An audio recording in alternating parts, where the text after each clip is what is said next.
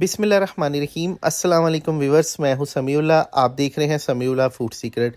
दोस्तों, आज मैं आपको ना करेले के अंदर ना जो कड़वाहट होती है उसको ख़त्म करने का तरीका बताऊंगा। करेले को कीमे के अंदर पकाया जाता है, चिकन के अंदर, गोश्त के अंदर, और उसके अलावा बड़े गोश्त के अंदर पकाया जाता है। फिर इसके अंदर कीमा भर के भी एक डिश है, वो भी बनाई जाती है। लेकिन सभी के अंदर ना कड़वाहट सी होती है, तो जो करेले की कड़वाहट है ना, उसको हम कैसे ख़त्म कर सकते हैं, आज इसके बारे में हम डिस्कस करेंगे। सबसे पहले हमने यहाँ पे जो करेले लिए हैं ना, ये सिंपल, आपने कोई भी मार्केट से करेला ले लेना है। उसको पहले धो के अच्छी तरह, फिर इस तरह से ना ऊपर से पील कर लेना। ऊपर से इसकी जो चितरी होती है ना, इसका जो छिलका होता है, ये हमने इस तरह उतार लेना है। छुरी के साथ उतार लें या आप किसी भी कटर के साथ उतार लें। इस तरह इसको क्लीन कर लेना है। क्लीन करने के बाद फिर इसके ना कॉर्नर साइडें रिमूव करनी है। उसके बाद दरमियान में से इसको कट देंगे, इस तरह चीरा देंगे और दोनों साइडों से ना इसको काट देंगे। फिर हमने इसके अंदर चेक करना है, अगर तो इसके बीज कच्चे कच्चे से या बारीक हैं तो वो हम इसके अंदर रहने देंगे, इसके अंदर ही इस्तेमाल कर लेंगे। लेकिन जो बड़े करेले होते हैं उसके अंदर बीज जो है ना वो पक जाते हैं अक्सर। तो ये पके हुए बीज हैं, तो ये मैंने इसके अंदर से, ये देखिए, इस तरह से निकाल दिए हैं। इस तरह आप बहुत ही आसानी के साथ ये बीज निकाल सकते हैं। ठीक है। उसके बाद इसका जो अगला स्टेप है वो है कटिंग का। तो कटिंग हमने जो इसकी करनी है ना, वो सिंपली करनी है। ये देखिए, कच्चे बीज है, मैंने छोड़ दिए। इसके अंदर कुछ छोटे करेले हैं, तो कटिंग इसकी ना इस तरह सिंपली काट लेंगे। किसी भी शेप में आप इसको काट सकते हैं, वो कोई मसला नहीं है। ये देखिए, कटिंग करने के बाद ना फिर मैं आपको बताऊंगा कि इसकी कड़वाहट को हमने कैसे दूर करना है। घर में बच्चे, बूढ़े, मर्द, सब कोई भी करेले को पसंद नहीं करता, सिर्फ कड़वाहट की वजह से। वैसे तो जो ज़्यादा कड़वे होते हैं, टेस्ट मज़ा उसका ही आता है, लेकिन फिर भी मैं आपको कड़वाहट ख़त्म करने का तरीका बताऊंगा। यहाँ पे हम इसके अंदर 2 टीस्पून नमक शामिल करेंगे। आधा किलो करेले हैं, ठीक है। और इसको अच्छी तरह से हमने ना हाथ के साथ इस तरह मल मल के ना मिक्स कर लेना है, ठीक है। मकसद ये है कि इसके अंदर नमक मिक्स हो जाए। तो उसके बाद इसका नेक्स्ट प्रोसेस करते हैं। फिर हमने इसको 10 मिनट के लिए छोड़ना है। 10 मिनट के बाद ना, ये देखिए, करेले को ना इस तरह हम दबाएंगे ना, तो करेला अपना पानी छोड़ देगा। करेले के अंदर जो कड़वाहट होती है, जो पानी होता है, वो छोड़ेगा। फिर हमने इसको अच्छी तरह 2-3 पानी के साथ वॉश करना है।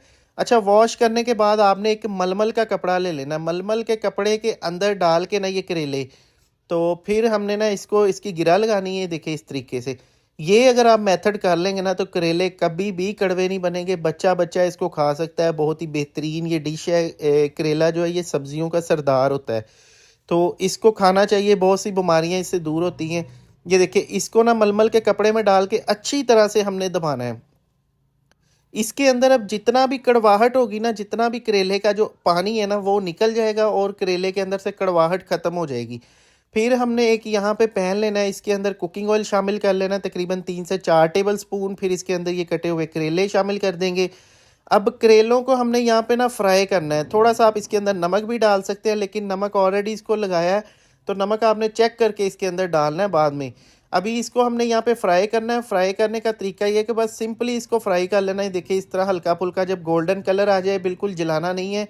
देखिए, इसमें से कुछ गोल्डन है, कुछ हल्के हल्के ग्रीन है, बस इस तरह ही आपने छोड़ देना है। और ये करेला बिल्कुल अब रेडी हो गया है। इसको फ्लेम को बंद कर देंगे, इसको साइड पे कर देंगे। अभी हम इसके अंदर कीमा बनाएंगे। कीमे के अंदर करेले बनाएंगे, उसकी ग्रेवी तैयार करेंगे। इसके अंदर कुकिंग ऑयल, तकरीबन मैंने कोई 5 table spoon cooking oil, 1 teaspoon ज़ीरा, 2 मीडियम साइज़ के प्याज, इसको रफली काट लिया बारीक बारीक, ये शामिल कर देंगे। अब यहाँ पे हमने प्याज को ब्राउन करना है। ये देखिए, इस तरह प्याज को ना सुनहरा करना है, इससे भी थोड़ा सा ब्राउन कर लेंगे। देखिए, प्याज जब पानी अपना खुश कर लेना, सुनहरा सुनहरा सा हो जाए, फिर इसके अंदर हमने लहसुन, अदरक और सब्ज़ मिर्च का पेस्ट शामिल करना है, तकरीबन 1.5 टेबल स्पून। अच्छा, ये पेस्ट शामिल करने के बाद अब हमने इसकी अच्छी तरह बुनाई कर लेनी है। बुनाई करने के बाद फिर हमने यहाँ पे आधा किलो कीमा लिया चिकन का।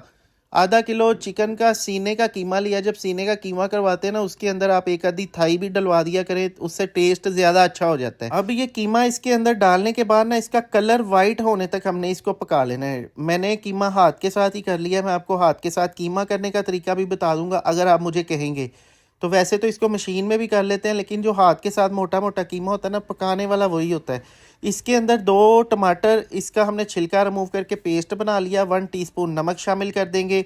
अब टमाटर और नमक डालने के बाद ना, जब इसका कलर वाइट हो जाए, फिर टमाटर नमक डाल के और इसको हमने 5 से 6 मिनट के लिए अच्छी तरह भून लेना है, ताकि टमाटर भी इसके अंदर अच्छी तरह पक जाए। इसी दौरान इसके अंदर 1 टीस्पून लाल मिर्च, हाफ टी स्पून हल्दी, 1 टीस्पून कुटा हुआ धनिया शामिल करेंगे खुशबू के लिए।